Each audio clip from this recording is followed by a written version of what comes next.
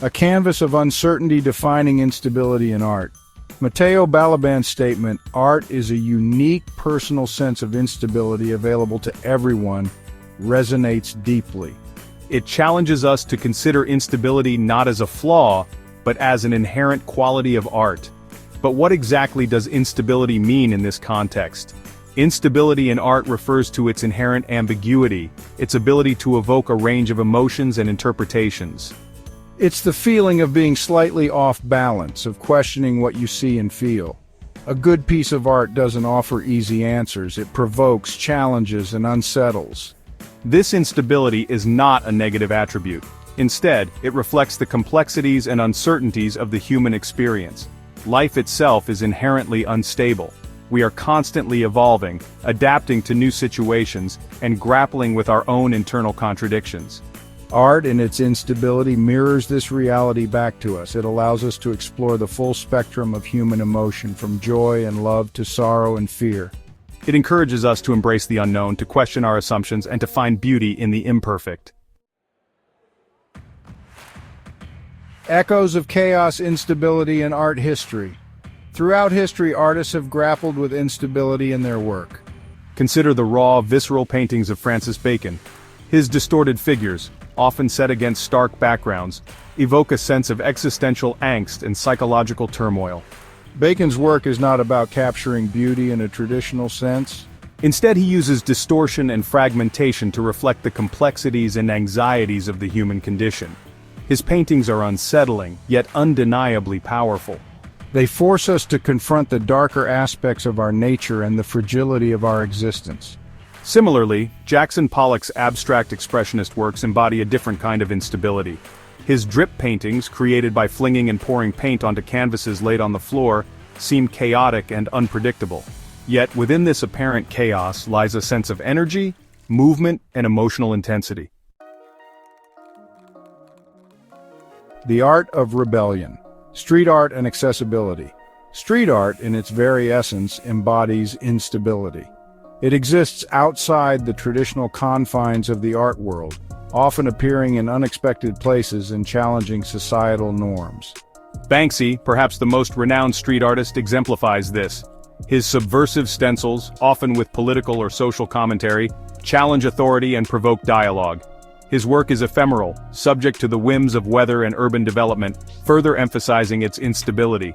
Yet this impermanence also adds to its power. It reminds us of the fleeting nature of our own existence and the urgency of addressing social issues.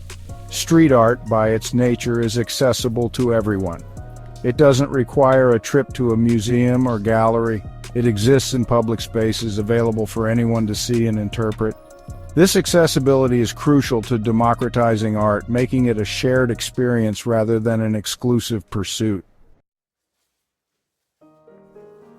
Beyond the canvas art's role in community resilience, art is not just about aesthetics. It has the power to heal, to unite, and to build resilience within communities. This is especially evident in community art projects, where people come together to create something collectively. These projects often involve individuals from diverse backgrounds united by a common goal. The act of creating together fosters a sense of belonging, shared purpose, and mutual support. It allows individuals to express themselves, to connect with others, and to find solace in shared creativity. Galleries and museums are also increasingly recognizing the importance of inclusive outreach programs. They offer workshops, classes, and events designed to engage with marginalized communities, making art more accessible and fostering a sense of belonging. Check one, check. Section 5. Democratizing creativity, modern platforms, and artistic expression. The digital age has ushered in a new era of artistic expression.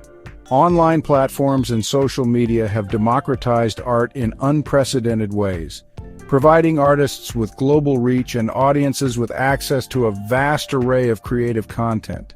Artists no longer need to rely solely on galleries or institutions for exposure.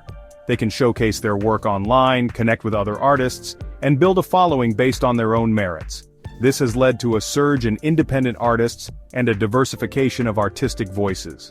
However, this accessibility also presents challenges. The sheer volume of content online can be overwhelming, making it difficult for artists to stand out. Additionally, the emphasis on online engagement can sometimes overshadow the artistic process itself. Section 6. The price of passion, commodification, and its risks. While the accessibility of art is generally positive, it also raises concerns about commodification. As art becomes more integrated into the market economy, its value is often reduced to its monetary worth. This can lead to a focus on trends and marketability, potentially stifling artistic experimentation and genuine expression. When art becomes primarily about profit, it risks losing its soul, its ability to challenge, provoke, and inspire. It's crucial to remember that art's true value lies not in its price tag, but in its ability to connect with us on a deeper level. It's about the emotions it evokes, the ideas it sparks, and the conversations it ignites.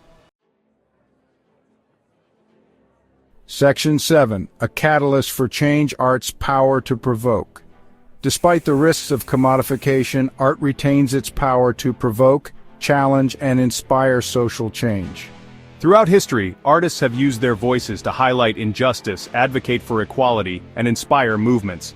From Picasso's Guernica, a powerful anti-war statement, to Ai Weiwei's politically charged installations, art has the ability to raise awareness, spark dialogue, and mobilize people around important issues. Art can also offer a platform for marginalized communities to share their stories, challenge stereotypes, and demand recognition. By amplifying these voices, art can contribute to a more just and equitable society. Section 8. The personal and the universal: art as a shared experience. Ultimately, art's power lies in its ability to connect us, to remind us that despite our differences, we share a common humanity. When we engage with a work of art, we are not just passively observing. We are actively participating in a dialogue, bringing our own experiences, emotions, and interpretations to the table. This is where the unique personal sense of instability that Balaban speaks of comes into play. Each of us brings our own baggage, our own perspectives, and our own vulnerabilities to our experience of art. What resonates with one person may leave another cold. This subjectivity is not a weakness, but a strength. It allows art to speak to us on a personal level, to meet us where we are, and to challenge us to see the world through different lenses. Section 9. Conclusion. Embracing the instability of art.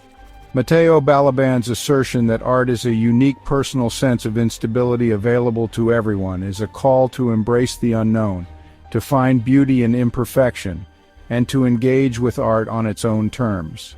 Art is not about easy answers or definitive interpretations. It's about asking questions, challenging assumptions, and embracing the full spectrum of human experience, with all its complexities and contradictions. In a world that often feels increasingly uncertain and chaotic, art offers us a space for reflection, connection, and hope. It reminds us of our shared humanity, our capacity for empathy, and our potential to create a more just and beautiful world. So let us embrace the instability of art, for it is in this very instability that its true power lies.